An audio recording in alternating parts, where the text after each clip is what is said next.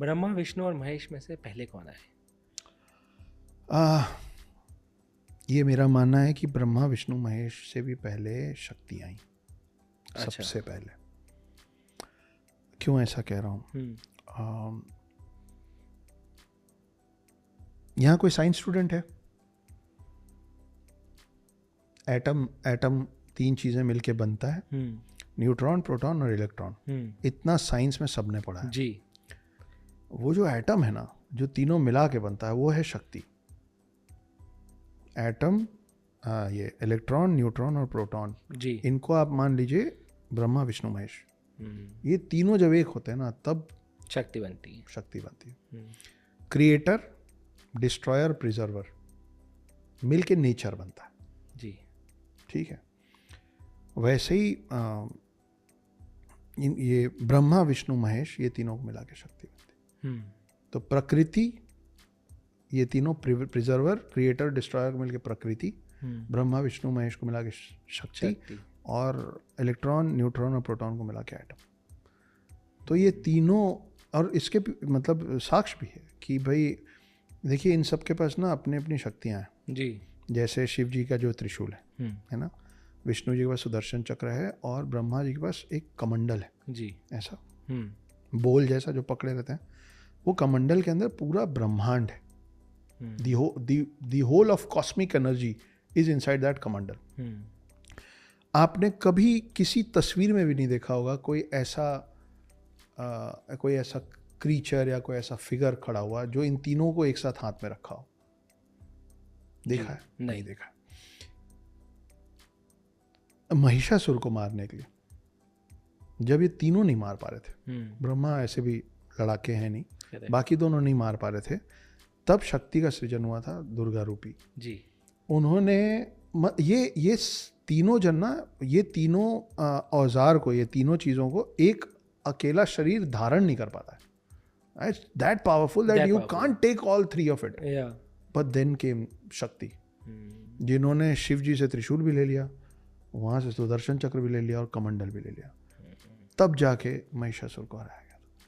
So she is the most powerful. And there are अब मैं आपको लॉजिकल और साइंटिफिक रीज़न भी देता हूँ। ब्रह्मा विष्णु महेश, इन तीनों को जब आप देखते हैं तो इनको आप देखते हैं मेल बॉडीज़ में। जी। ठीक है। शक्ति जो है वो फीमेल बॉडी है।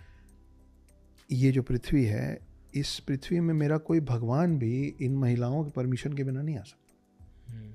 आ ही नहीं सकता जी, पॉसिबल ही नहीं है। If they will allow only then you and I can come. Ram और कृष्ण नहीं आ सकते। इसीलिए आप जिस देवभूमि भारत में आप, you are blessed to be here, जहाँ बहती गंगा मैया है और पूजी जाती गैया है।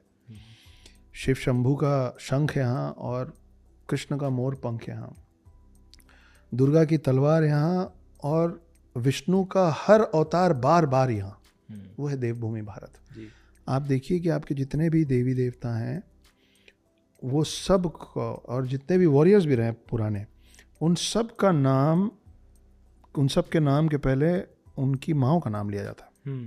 अंजनी पुत्र, गंगा पुत्र भीष्म, अभी हम महाभारत की बात कर रहे थे, कौशल्या नंदन जी, देवकी नंदन, यशोदा नंदन, इनमें से जिन लोगों ने शादी की भगवानों तक में, उनके नाम के पहले उनकी पत्नियों का नाम लगता है।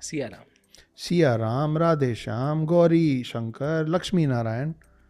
तो हम उस पद्धति से, उस कल्चर से आते हैं जहाँ हमारी पहचान हमारे आसपास की महिलाओं से होती है जी। शादी के पहले माँओं के नाम से हम जाने गए हैं, शादी के बाद पत्नियों के नाम से हम। ये देश में हमेशा से स्वयंवर हुआ है, स्वयं वधू कभी नहीं हुआ है जी। ये विद टाइम वेस्टर्नाइज हो गए हम, कि हम बोलते हैं my name is Akshat, meet my wife. ये वो लोग बोलते थे, my name is David, meet my wife. हमारे लिए महिला ऑब्जेक्टिफाई करने वाली चीज़ कभी नहीं रही यार। एक शब्द है औरत, गूगल कीजिए और पढ़िए, औरत का मतलब, शाब्दिक मतलब इतना इतना निम्न है ना। अच्छा, हाँ, मैं आपके सारे दर्शकों को बोल रहा हूँ, गूगल करो और पढ़ो लिटरल मीनिंग ऑफ औरत। हमको पता ही नहीं है, हम औरत औरत बोलते हैं। हमने महिलाओं को अपने माथे पे जगह दी हुई है जी। हम औरत मतलब होता है महिलाओं का रिप्रोडक्टिव ऑर्गन, उतना कन्फाइन कर दिया किसी और समुदाय ने। कि महिला मतलब औरत, औरत मतलब reproductive organ, that's it, that is it. हमारे लिए वो औरत नहीं है।